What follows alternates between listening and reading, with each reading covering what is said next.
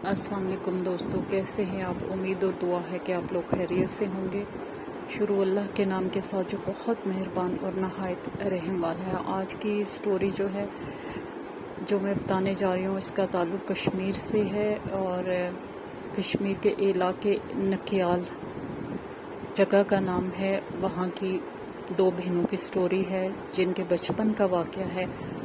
और जो एक बहन है वो शादी होकर पिंडी आई हैं तो उन्होंने मुझसे शेयर किया है। दोस्तों, मैं जो वाक़यात आपको ज़्यादातर बताती रहती हूँ वो 80% फ़र्स्ट हैंड होते हैं, यानी मुझसे किसी ने अपना हॉरर पैरानॉर्मल शेयर किया होता है। वो बताती हैं कि जब हम छोटे छोटे थे, मैं 6ठी क्लास में थी और मेरी बहन 3 क्लास में थी और हम लोग कश्मीर के इलाके नकियाल में रहते थे। हमारा घर एक पहाड़ी के ऊपर था और हम लोग दूध लेने के लिए जो है किसी के घर जाया करते थे और वो घर पहाड़ी से उतर के काफ़ी नीचे था और हम लोग असर के वक्त जाते और उस वक्त ट्यूशन वगैरह तो इतने नहीं होते थे। अमूमन जो बच्चों के ट्यूशन का टाइम होता है उस वक्त हम जाते थे और मगरिब के वक्त से पहले ही दूध लेके आ जाते थे। हमारी रूटीन थी, वो इलाका हमारा अपना था तो हमें ऐसा कोई डर वगैरह नहीं लगता था। वो बड़ी बहन कुछ समझदार थी और छोटी जो बहुत छोटी थी माँ उन दोनों को भेज देती थी कि एक दूसरे का साथ रहे। और उनके अब्बू फ़ौज में थे और वो 2 ही बहनें थीं। वो कहती हैं कि एक दिन हम दूध लेने गए और हमने आंटी से पूछा, दूध वाली आंटी से पूछा दूध का। तो वो कहती हैं कि अभी मैंने दूध नहीं निकाला, तो आप लोग वेट कर सकते हो तो करो। मतलब उस वक्त फ़ोन भी इतने नहीं थे आम। तो उनकी सीढ़ियों पे, घर के बाहर सीढ़ियाँ थी, 2-3 स्टेप्स बने हुए थे, वहाँ बैठ के। और जहाँ वो बैठी हुई थी वहाँ 3 रास्ते लगते थे। एक राइट साइड से आ रहा था, एक लेफ़्ट साइड से और एक फ्रंट से आ रहा था। और जो फ्रंट से आ रहा था वो रोड के साथ था। जो रोड काफ़ी दूर थी, काफ़ी चल के जाना पड़ता था।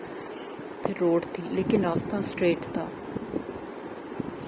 तो काफ़ी देर उनको वेट करते हुए वापस मैं खेल भी रही थी, बातें भी कर रही थी। तो इतनी देर में जो छोटी कहने लगी कि मुझे डर लग रहा है, मैं अंदर बाजी के घर जा रही हूँ, तुम भी आ जाओ। तो उसकी बहन ने कहा कि मैं वेट करती हूँ, खुद बुलाएंगी तो जाऊँगी।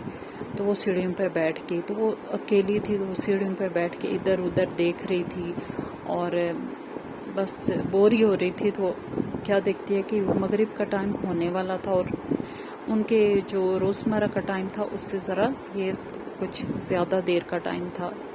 तो वो देख रही थी तो अचानक एक आदमी कहीं से नमोदार हुआ और वो बताती हैं कि मैंने उसे ना तो नीचे से ऊपर आते देखा, चढ़ते हुए देखा उस रास्ते पे, ना ही वो रोड की तरफ से आया। यूं मेरे देखते देखते जैसे इंसान की तवज्जो इधर उधर होती है तो एकदम से कोई चीज़ सामने से आ जाए, तो वो इंसान बहुत ही दूर से मैसी और गंदा नज़र आ रहा था। बाल उलझे हुए और कोट सा पहना हुआ था। नवंबर का महीना था लेकिन इतनी सर्दी नहीं थी। गंदा सा कोट, मैला सा कोट और अपनी एक टांग को घसीट घसीट के चल रहा था।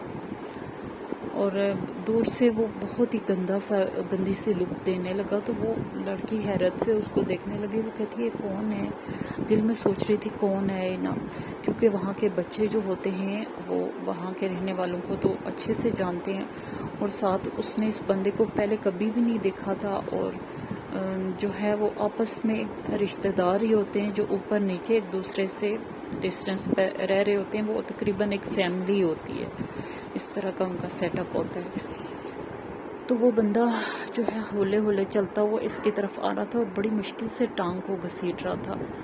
तो ये लड़की कहती है कि राशिदा इनका नाम है, ये कहती हैं कि मैं उठ के अंदर जाना चाहती थी लेकिन मुझ पर जो होता है कि एक सहर सा तारी था कि मैं मुसलसल देखे जा रही थी।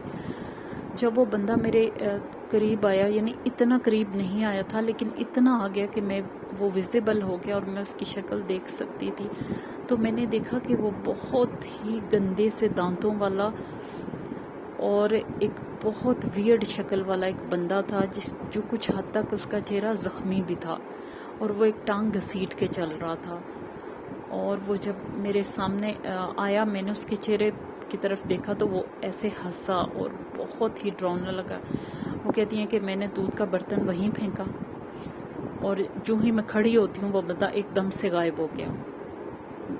جب میں کھڑی ہو کے اندر بھاگنے لگی تو وہ بندہ میں نے دیکھا وہ وہاں نہیں تھا. تو کہتی ہیں میں چیخ مارتی ہوئی اندر گئی تو وہ باجی کہتی ہیں کہ آپ کا دودھ تیار ہے لے جاؤ.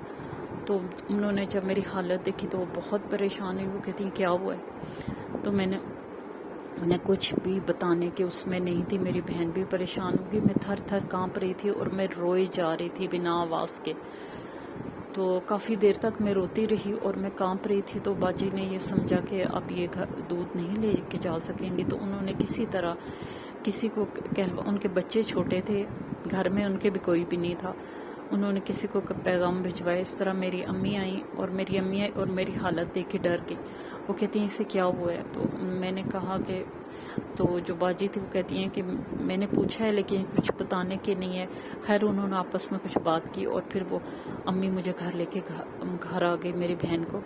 اور وہ بڑی پریشان ہوئی لیکن وہ یہ جانتی تھی کہ یہاں یہ معمولات ہیں، یہاں اس طرح کی پیرا نارمل چیزوں کا اٹیک ہونا یا پھر ان کا ویزیبل ہونا یا پھر ان کی آوازوں کا سننا. تو میرے ماں باپ دونوں ہی دیندار تھے ماشاء اللہ سے، اور میری امی نے مجھ پر کچھ آیات پڑھ کر دم کیا اور میں سو گئی. میں جب صبح اٹھی تو میری امی کافی پریشان رہی. وہ رات کو اٹھ کے مجھے دیکھتی رہی. وہ کہتی ہیں کہ ذرا سی تم سوتے میں نا جیسے چلا رہی تھی اور آوازیں نکال رہی تھی تو میں فوراً تمہاری طرف آتی تھی لیکن تم سو رہی ہوتی تھی. خیر وہ صبح اٹھی تو امی نے اس سے پوچھا تو اس نے بڑے آرام سے انہیں بتایا کہ میں نے اس طرح ایک بہت ہی ویئرڈ چیز کو دیکھا تھا. تو اس کی امی پہلے ہی سمجھ چکی تھی کہ کچھ ایسا ہی معاملہ. خیر انہوں نے اس پہ باقاعدگی سے وہ کلام سورہ بقرہ کے آیات اور جو بھی آیت الکرسی اور اس طرح کی آیات تھی قرآنی آیات سے اس کو پڑھ کے پھونکتی رہی اور فائنلی وہ ٹھیک ہو گئی. وہ کہتی ہیں کہ اس کے بعد وہاں میں نے ویزیبل تو کچھ بھی نہیں کیا لیکن آوازوں کا آنا اور جیسے بہت سٹرونگ محسوسات کشمیر میں بہت عام ہے یہ چیزیں، کیونکہ وہاں پہ انسانی آبادیوں سے زیادہ ان چیزوں کی وہاں پہ دور دور گھر ہیں اور ویرانے ہیں اور پانی ہے اور اس طرح پھر یہ چیزیں بہت ہیں. تو دوستو یہ ایک ٹرو سٹوری تھی جو انہوں نے میرے ساتھ شیئر کی. آپ اپنی سٹوری شیئر کرنے کے لیے میرا واٹس ایپ نمبر ڈسکرپشن میں ہوگا، واٹس ایپ کے ذریعے سینڈ کیجیے گا. اللہ حافظ. خوش رہیں اور دوسروں کے لیے آسانیاں کریں تاکہ اللہ پاک آپ کے لیے بھی آسانیاں کرے. آمین.